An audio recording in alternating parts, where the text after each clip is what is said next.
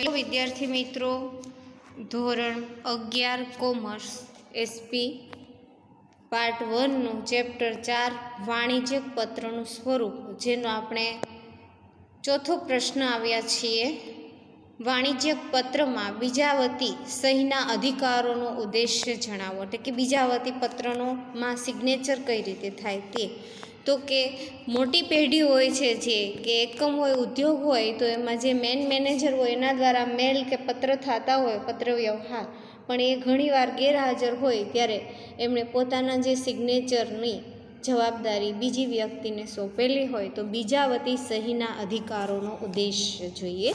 તો વાણિજ્યક પત્રમાં નિયમિતપણે સમાવાતા 7 ભાગો, આપણે માળખાની અંદર જોયા હતા 7 ભાગો. સહી હસ્તાક્ષર છે અંતિમ ભાગ ગણવામાં આવે છે. સામાન્ય રીતે પત્રમાં પત્ર લખનાર કે જે તે વિભાગનો વડો પોતાના હસ્તાક્ષર એટલે કે સહી કરે છે, પરંતુ ક્યારેક માલિક અથવા જુદા જુદા વિભાગના વડાઓ તેમના અધિકારીઓને પત્ર વ્યવહાર માટે તેમના વતી સહી કરવાની સત્તા આપે છે, જેને બીજાવતી સહીનો અધિકાર કહેવામાં આવે છે. વતી આવે છે, અહીંયા વધી નથી આવતું, તે આપણે ટૂંકમાં સમજૂતી મેળવીએ.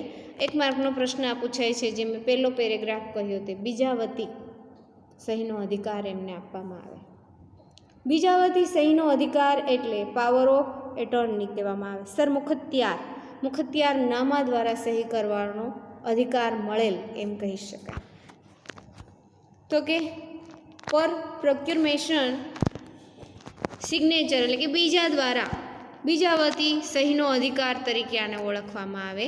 જે આજે ટૂંકમાં આપણે કહીએ પર પ્રો એમ કરીને, અથવા પીપી વડે એમ દર્શાવી દઈએ છીએ. આધુનિક સમયમાં પર પ્રો ને બદલે ફોર શબ્દનો ઉપયોગ કરીએ છીએ.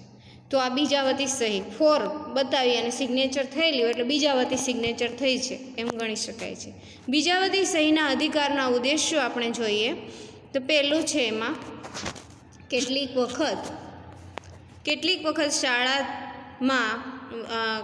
વખત શાળાને વિશાળ ધંધો હોય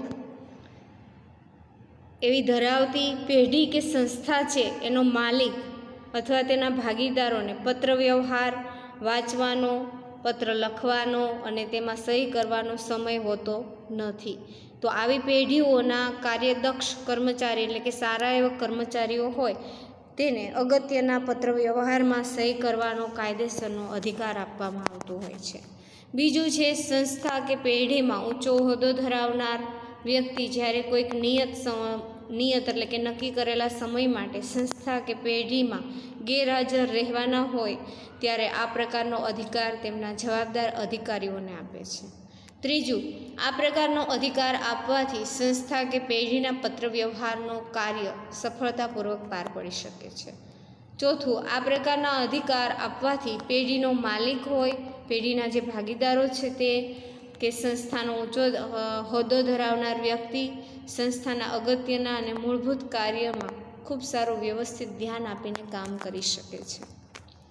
ત્યાર પછીનો 5મો પ્રશ્ન છે, ટૂંક નોંધ લખો. ટપાલ રવાનગી અંગેની સૂચના.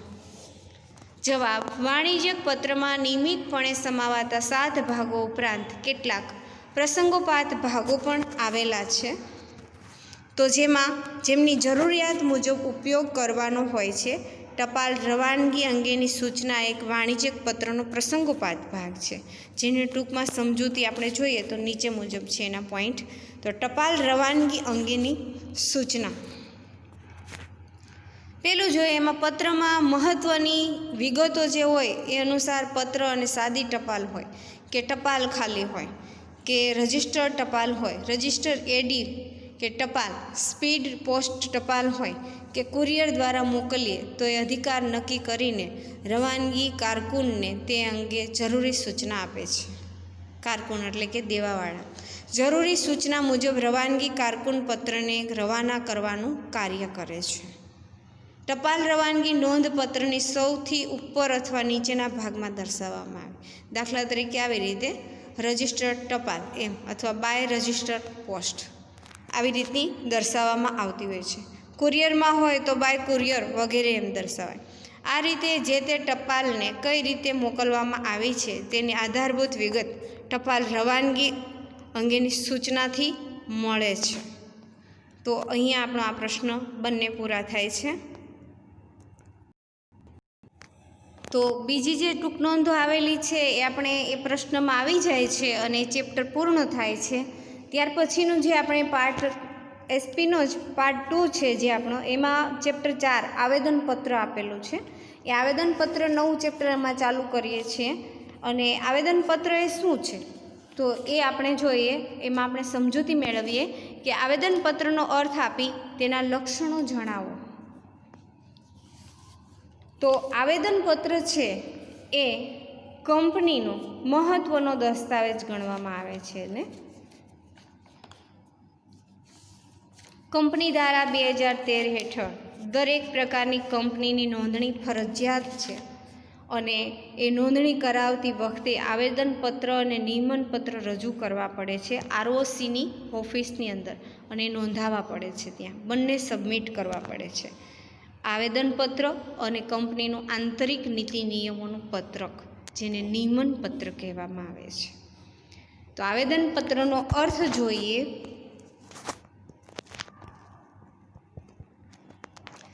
આવેદનપત્ર એટલે કંપનીનો એક ખૂબ જ મહત્ત્વનો દસ્તાવેજ કહેવામાં આવે કે જેમાં અમુક ચોક્કસ નામની, અમુક રાજ્યમાં આવેલી, અમુક શેરમૂડી ધરાવતી સભ્યોની નક્કી કરેલી જવાબદારીઓ અને નીચે ઉદ્દેશ્ય, કંપનીનો ઉદ્દેશ્ય માટે તેમાં સહી કરનારાઓ દ્વારા સ્થપાયેલી કંપનીનું સૂચન કરે છે એમ કહી શકાય. ટૂંકમાં આવેદનપત્ર એટલે કંપનીનું બંધારણ દર્શાવતો દસ્તાવેજ જ કહી શકાય કે બંધારણ દર્શાવતા પાયાનો દસ્તાવેજ કહી શકાય છે. બીજી રીતે કહીએ તો એમ પણ કહી શકાય કે આવેદનપત્ર કંપનીનો મૂળભૂત પાયાનો દસ્તાવેજ છે જે કંપનીનું કાર્યક્ષેત્ર નક્કી કરે છે અને કંપનીના જે આંતરિક નીતિ નિયમો ઘડવાના હોય છે એ નિયમનપત્રમાં દર્શાવવામાં આવે. પણ આવેદનપત્ર છે એ કંપનીનું કાર્યક્ષેત્ર નક્કી કરે. આવેદનપત્રનો ઉદ્દેશ્ય શેરધારકો, લેણદારો અને કંપની સાથેના સંબંધ ધરાવતા પક્ષકારોને કંપનીના હિતો અંગેની માહિતી પૂરી પાડે છે. જે અહીંયા એક દીયો લખાઈ ગયું છે, ખોટું છે. હિત અંગેની માહિતી પૂરી પાડે છે ધ્યેય પૂરતી. આવેદનપત્રના લક્ષણો આપણે જોઈએ તો અર્થના આધારે આવેદનપત્રના લક્ષણો આ પ્રમાણે છે. આવેદનપત્ર એ કંપનીનો મૂળભૂત અને પાયાનો દસ્તાવેજ છે એમ કહી શકાય. આવેદનપત્ર કંપનીનો ઉદ્દેશ્ય જણાવે છે એટલે કે લક્ષ્ય જણાવે છે કે આગળ જતાં કંપની શું કરવા ઈચ્છે છે, કંપનીનો વિકાસ કેવો છે, કંપની કઈ રીતે એ ઊંચો દરજ્જો પ્રાપ્ત કરવા ઈચ્છે છે એ ઉદ્દેશ્ય દર્શાવે છે. તે ત્રાહિત પક્ષ ગણવામાં આવે છે. આ શબ્દ પણ ખોટો છે અહીંયા. તે ત્રાહિત પક્ષ સાથેના સંબંધો નક્કી કરે છે એટલે કે શેરહોલ્ડરો, ડિબેન્ચરો કે અન્ય અધિકારીઓ એ પક્ષ કહેવામાં આવે. ત્રાહિત પક્ષ સાથેના સંબંધો કંપનીમાં આવેદનપત્ર નક્કી કરે છે. તે કંપનીના અસ્તિત્વ વિશે આવેદનપત્ર છે એ કંપનીના અસ્તિત્વ વિશે જોવે અને તે રજિસ્ટર્ડ ઓફિસ વિશેની માહિતી પણ આવેદનપત્રની અંદર આપેલી હોય છે. અને આવેદનપત્રમાં જો ફેરફાર કરવા એ ખૂબ મુશ્કેલ ગણાય છે કંપનીના સંચાલક મંડળ માટે. તે કંપનીનું બંધારણ પણ દર્શાવે છે. આવેદનપત્ર છે એની અંદર જે મૂળભૂત દસ્તાવેજ એને કહેવામાં આવે પાયાનો દસ્તાવેજ એટલે કંપનીનું બંધારણ પણ આવેદનપત્રની અંદર દર્શાવવામાં આવે છે. હવે આપણે બીજો પ્રશ્ન જોઈએ. આવેદનપત્રની વ્યાખ્યા જણાવી તેનું મહત્ત્વ સમજાવો. તો કંપની ધારા 2013 હેઠળ દરેક પ્રકારની કંપનીની નોંધણી ફરજિયાત હોય છે. કંપની નોંધણી કરાવતી વખતે આવેદનપત્ર અને નિયમનપત્ર રજૂ કરવા પડે છે આરઓસીની ઓફિસની અંદર, કંપની ઓફ રજિસ્ટર ઓફિસમાં અને નોંધાવવા પડતા હોય છે. આવેદનપત્રની વ્યાખ્યા જોઈએ તો એ કંપનીની વ્યાખ્યા જેવી જ છે. કંપની ધારા 2013 મુજબ આવેદનપત્ર એટલે કંપની ધારા 2013 મુજબ અથવા અગાઉના કંપની ધારા મુજબ ઘડેલું અને વખતોવખતની જોગવાઈઓને આધીન રહીને ફેરફાર કર્યા મુજબનો દસ્તાવેજ એટલે આવેદનપત્ર. આવેદનપત્રની વ્યાખ્યા એક પ્રોફેસરે આપેલી છે. લોર્ડ કેન્સરના જણાવ્યા અનુસાર આવેદનપત્ર એ કંપનીનું બંધારણ ગણવામાં આવે છે, જે કાયદાકીય રીતે એટલે કે નીતિ નિયમ હેઠળ સ્થપાયેલી કંપનીના અધિકારીઓની મર્યાદા પણ દર્શાવે છે, જે આવેદનપત્રની અંદર દર્શાવાય છે. હવે આવેદનપત્રનું આપણે મહત્ત્વ જોઈએ તો કંપની ધારા હેઠળ નોંધાયેલી દરેક કંપની માટે આવેદનપત્ર નોંધ ફરજિયાત છે. તેમાં કંપનીને લગતી પાયાની વિગતો જેવી કે કંપનીનું નામ દર્શાવવામાં આવ્યું હોય, રજિસ્ટર ઓફિસનું સરનામું, કંપનીનો ધ્યેય લક્ષ્ય, કંપનીની મૂડી, તેના સભ્યોની જવાબદારી વગેરે દર્શાવવામાં આવે છે, જે જુદા જુદા પક્ષકાર માટે મહત્ત્વની ગણાય છે. તો પહેલું આવેદનપત્રની જે મહત્ત્વ છે એમાં કંપની માટે આવેદનપત્ર કેટલું મહત્ત્વનું છે તે તો કે આવેદનપત્ર એ કંપની માટે નીચેની જે રીતે ગણવામાં આવે છે એ રીતે ઉપયોગી છે. પહેલું, કંપની માટે આવેદનપત્ર એ પાયાનો મુખ્ય દસ્તાવેજ છે. તેના પર કંપનીની ઇમારત ચણવામાં આવે છે, એટલે કે પાયાની ઉપર ઇમારત ચણાય છે. બીજું છે જેમ કે આપણે પાયા ખોદીએ, પાયા મજબૂત હોય તો મકાન મજબૂત થાય, એ જ રીતે આવેદનપત્ર છે એ પાયાનો મુખ્ય દસ્તાવેજ છે, જે કંપનીનું બંધારણ નક્કી કરે છે અને આ રીતે તેના કંપનીની ઇમારત ચણવામાં એ મહત્ત્વનું ગણાય છે. આવેદનપત્ર કંપનીનું બંધારણ અને કાર્યક્ષેત્ર દર્શાવે છે. તેની બહાર જઈને કંપની કોઈ પણ કાર્ય કરી શકતી નથી. ત્રીજું, કંપની કેટલીક સત્તાવાર મૂડી ધરાવતી હોય છે.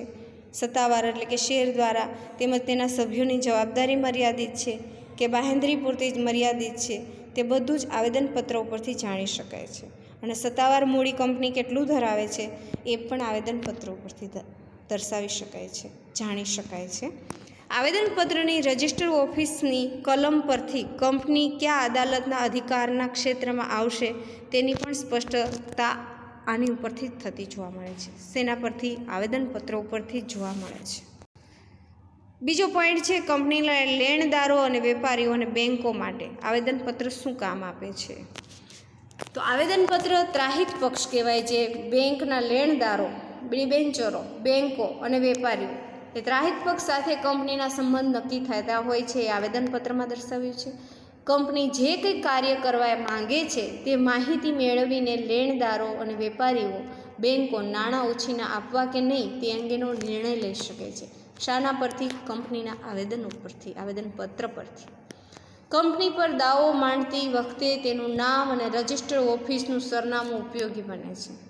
જવાબદારીની કલમને આધારે કંપની સાથે કેટલી હદ સુધી સંબંધ બાંધવો તે નક્કી કરી શકાય છે આવેદનપત્ર પરથી. ત્રાહિત પક્ષ છે એના માટેના છે આ પોઈન્ટ, કે કંપની સાથે કેવો દાવો કરવો, રજિસ્ટર ઓફિસનું સરનામું એના માટે ઉપયોગી હોય છે. એ સિવાય જવાબદારીની કલમને આધારે કંપનીઓ પર કયા હદ સુધીના સંબંધો રાખવા એ પણ આવેદનપત્ર ઉપરથી ત્રાહિત પક્ષને ખ્યાલ આવે છે. કંપનીના શેર હોલ્ડરો માટે તો કે એના માટે આવેદનપત્ર શું મહત્ત્વ ધરાવે છે તે તો કે કંપનીના શેર હોલ્ડરને આવેદનપત્ર નીચે મુજબની ખાતરી આપે છે કે કંપનીમાં રોકેલા તમે નાણાંનો જે ઉપયોગ છે આવેદનપત્રમાં જણાવેલ પ્રવૃત્તિ માટે જ થશે. બીજું, શેર હોલ્ડરોની જવાબદારી તેઓએ ખરીદેલા શેરની દાર્શનિક એટલે કે દર્શાવેલી કિંમત જેટલી જ મર્યાદિત હોય છે એની જવાબદારી. ત્રીજું, આવેદનપત્રમાં દર્શાવેલ મુજબનું કાર્ય કંપની ન કરે તો તેમજ સત્તા બહારનું કોઈ કંપની કાર્ય કરે તો શેર હોલ્ડર તેના પર પડકારી શકે છે અદાલતમાં કંપનીને. ત્યાર પછીનો ચોથો પોઈન્ટ, જાહેર જનતા માટે આવેદનપત્ર શું કામ મહત્ત્વનું છે તે. સમાજની કોઈ પણ વ્યક્તિ હોય કંપનીમાં નાણાં રોકવા માટે પ્રાથમિક માહિતી આવેદનપત્રમાંથી મેળવી શકે છે. આવેદનપત્ર એ જાહેર દસ્તાવેજ હોવાથી જરૂરી ફી ભરી નકલ એટલે કે ઝેરોક્સ પણ મેળવી શકો છો, પ્રાપ્ત કરી શકાય છે. તેમજ તેમાં દર્શાવેલ સરનામે કંપની સાથે પત્ર વ્યવહાર પણ કરી શકો છો. આ જાહેર જનતાનું મહત્ત્વ. તો અહીંયા એ મહત્ત્વપૂર્ણ થાય. ત્રીજો પ્રશ્ન છે, આવેદનપત્રમાં કઈ કલમોનો સમાવેશ કરવામાં આવે છે તે ટૂંકમાં સમજાવો. આવેદનપત્ર કંપનીનો મૂળભૂત અને પાયાનો દસ્તાવેજ છે. 1 માર્કનો પ્રશ્ન પૂરો. નીચે મુજબની કલમ એના પર આધાર રાખે છે. ઉપર દર્શાવેલી જે આપણી આ આકૃતિ છે એ જોઈએ તો નામની કલમ, આમાં બધા કલમનો સમાવેશ થાય છે. 6 પ્રકારની કલમ છે. એક કલમનો પણ એક પ્રશ્ન ટૂંકમાં આવે છે, પણ હું તમને 6 આમાં બતાવી દઉં છું અને રજૂ કરી દઉં અને સમજૂતી આપું છું. નામની કલમ પહેલી, બીજી છે રજિસ્ટર ઓફિસની કલમ, ત્રીજી છે ધ્યેયની કલમ, અને ચોથી છે જવાબદારીની કલમ, પાંચમી મૂડીની કલમ અને છઠ્ઠી ભરણાની કલમ. તો આ 6 આપણી કલમો છે, જે આપણે હવે મુદ્દાવાઇઝ એને સમજીએ.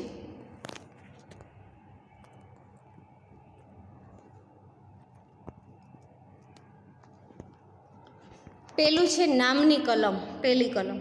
તો કે આ કલમમાં સૂચિત કંપનીનું નામ દર્શાવવામાં આવે છે. આ નામ બીજી કંપનીના નામ જેવું કે તેના નામની સમાન ન હોવું જોઈએ. આવેદનપત્રમાં એ મહત્ત્વનું હોય છે.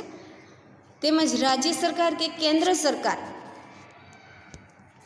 રાજ્ય સરકાર હોય કે કેન્દ્ર સરકાર હોય, એને આભાસ ઊભો કરે તેવું પણ એનું કંપનીનું નામ ન હોવું જોઈએ. જાહેર કંપની નામના અંતે લિમિટેડ લખી શકે છે, અને ખાનગી કંપની છે એ સ્થપાય ત્યારે એની પાછળ પ્રાઇવેટ લિમિટેડ એમ લખવાનું આવે છે. બીજો પોઈન્ટ છે રજિસ્ટર ઓફિસની કલમ. આ કલમમાં કંપનીની રજિસ્ટર ઓફિસનું સરનામું દર્શાવવામાં આવેલું છે કે કઈ રજિસ્ટર ઓફિસ કંપનીને લાગુ પડે છે, જેના આધારે કંપનીને કઈ અદાલતને હુકુમત લાગુ પડશે, તેમજ કંપનીના કયા અદાલતના અધિકારી ક્ષેત્રમાં આવશે કંપની, તેની સ્પષ્ટતા થાય છે આ કલમની અંદર. રજિસ્ટર ઓફિસની કલમમાં કંપનીના પત્ર વ્યવહાર અને અન્ય વ્યવહારો માટે આ કલમ ખૂબ મહત્ત્વની ગણવામાં આવે છે. ત્રીજી છે કલમ ધ્યેયની કલમ. કંપનીનું ધ્યેય. સંપૂર્ણ આવેદનપત્રના ઉદ્દેશ્ય અથવા ધ્યેયની કલમ સૌથી મહત્ત્વની કલમ છે. કંપનીનું લક્ષ્ય ગણવામાં આવે, કંપની કયા હેતુ માટે સ્થાપવામાં આવી છે તે આ કલમની અંદર દર્શાવવામાં આવે છે. આ કલમમાં જણાવેલ હેતુ કંપનીના અને ઉદ્દેશ્ય સિવાય બીજો ધંધો કંપની કરી શકતી નથી. જે હેતુ અને ઉદ્દેશ્ય આપ્યા છે એ પ્રમાણે જ ધ્યેયની કલમની અંદર દર્શાવવામાં આવે, અને એ પ્રમાણે જ કંપની ધંધો કરી શકે છે. પોઈન્ટ, જવાબદારીની કલમ. આ કલમમાં કંપનીના સભ્યોની જવાબદારી કેવી હોય છે તે દર્શાવવામાં આવે છે. મર્યાદિત, જેમ કે શેર મૂડી દ્વારા મર્યાદિત કંપની માટે સભ્યોની જવાબદારી મર્યાદિત હોય છે શેર પ્રમાણે, જ્યારે બાહેંધરી દ્વારા મર્યાદિત કંપનીના સભ્યોની જવાબદારી તેમણે આપેલી જવાબદારી એટલે કે બાહેંધરી પૂરતી મર્યાદિત હોય છે, બાહેંધરી દલાલો માટે. પાંચમી છે મૂડીની કલમ. આ કલમમાં કંપનીને કુલ મૂડી કેટલી છે કંપની આગળ તે, અને તે કયા પ્રકારના શેરોમાં વહેંચાયેલી છે મૂડી તેની વિગત મૂડીની કલમમાં દર્શાવવામાં આવે છે. આ કલમ ફક્ત શેર મૂડીવાળી મર્યાદિત કંપની માટે જ જરૂરી છે, એટલે કે જે કંપની શેર બહાર પાડે છે એ માટે જ આ મૂડીની કલમ લાગુ પડે છે આવેદનપત્રની અંદર. છઠ્ઠી કલમ છે ભરણાની કલમ. આ કલમની અંદર સ્થાપનાની કલમ કહેવામાં આવે, અથવા જોડાણની અથવા સંઘની કલમ કે સહીની કલમ તરીકે પણ ઓળખાય છે. આને બધી કલમ તરીકે ઓળખાતી હોય, સ્થાપનાની, જોડાણની, સંઘની અને સહીની, તો એ બધી છે એ ભરણાની કલમમાં સમાવેશ થઈ જાય છે. એને ભરણાની કલમ પણ કહેવામાં આવે. આ બધું અથવામાં છે. સ્થાપના, જોડાણ અથવા સંઘ અથવા સહીની કલમ તરીકે ઓળખાય તો એ ભરણાની કલમ છે. જાહેર કંપનીમાં ઓછામાં ઓછી 7 અને ખાનગી કંપનીમાં ઓછામાં ઓછી 2 વ્યક્તિઓ આમાં સહી કરી શકે છે, જે ભરણાની કલમ છે તે. મૂડી ભરણા માટેની બેંકને પણ આ કલમ લાગુ પડે. જે બેંકમાં માન્ય શેર બજારમાંથી કંપનીના શેર મૂડી ભંડોળ ભરણાની બેંકમાં જમા થાય એમાં પણ આ કલમ લાગુ પડે છે.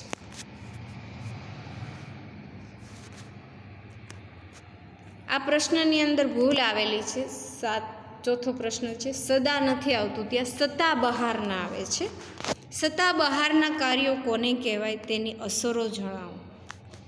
તો એ કંપનીના આવેદનપત્રમાં જે ઉદ્દેશ્ય કંપનીનો નક્કી કરવામાં આવેલો છે, દર્શાવવામાં આવ્યો છે, તે સિવાયનું કોઈ કાર્ય કંપની કરે તો એવા કાર્યોને સત્તા બહારના કાર્યો કહેવામાં આવે છે. 1 માર્કનો પ્રશ્ન છે આ. સમજૂતી. આવેદનપત્રમાં દર્શાવેલ ઉદ્દેશ્ય સિવાય કંપની કોઈ કાર્ય કરી શકતી નથી, અને જો આવા કાર્યો કરે તો તે રદબાતલ કરે છે, જેને સત્તા બહારના કાર્યો એટલે કે કોઈ પણ પ્રકારના કાનૂની સંબંધો ઊભા કરતા નથી. ફરી વખત આ સમજૂતી આપું કે આવેદનપત્રમાં જણાવેલ ઉદ્દેશ્ય કંપનીનો છે એ સિવાય કંપની કોઈ કાર્ય કરી શકતી નથી, અને જો આવા કાર્યો કરે તો એને રદબાતલ કહેવામાં આવે, એટલે કે એ યોગ્ય ગણાતા નથી, નામંજૂર ગણવામાં આવે છે. સત્તા બહારના કાર્યો, કંપનીને જે સત્તા આપવામાં આવેલી હોય એટલા કાર્યો કરી શકે છે. જો એ સત્તા વગરના એટલે કે સત્તા બહારના કાર્યો કરવામાં આવે તો કોઈ પણ પ્રકારનો કાનૂની ભંગ કંપની કરે તો આ સંબંધો છે એ એવા ઊભા થાય ત્રાહિત પક્ષના, જે અદાલત પડકારી શકે કંપનીને. સત્તા બહારના કાર્યોની અસર કંપની ઉપર શું થાય? તો કે સત્તા બહારના કાર્યો જે છે એ સંચાલકો જો આવા કાર્યો કરે તો વ્યક્તિગત પોતે જવાબદાર ગણાય છે કંપનીમાં. અદાલત સંચાલકોને આવા કાર્યો કરતાં રોકી પણ શકે છે. ત્રીજું છે સત્તા બહારના કરારો રદબાતલ ગણાય છે. કંપનીના સંચાલક મંડળ સત્તા બહારના જે કરારો સંચાલક મંડળના સભામાં કરે તો એ રદબાતલ ગણાય છે. કંપનીના કર્મચારી દ્વારા કરવામાં આવેલા સત્તા બહારના કાર્યો માટે કંપની પોતે જવાબદાર ગણાય છે. અને ત્યાર પછીનો પોઈન્ટ છે સત્તા બહારના કાર્યો માટે સંચાલકો છે એ ત્રાહિત પક્ષ માટે પણ જવાબદાર છે. ત્રાહિત પક્ષ એટલે મેં તમને આગળ કહ્યું, શેર હોલ્ડરો હોય કે પછી બેંક હોય કે અન્ય મધ્યસ્થીઓ. અહીં આ પ્રશ્ન પૂર્ણ થાય છે.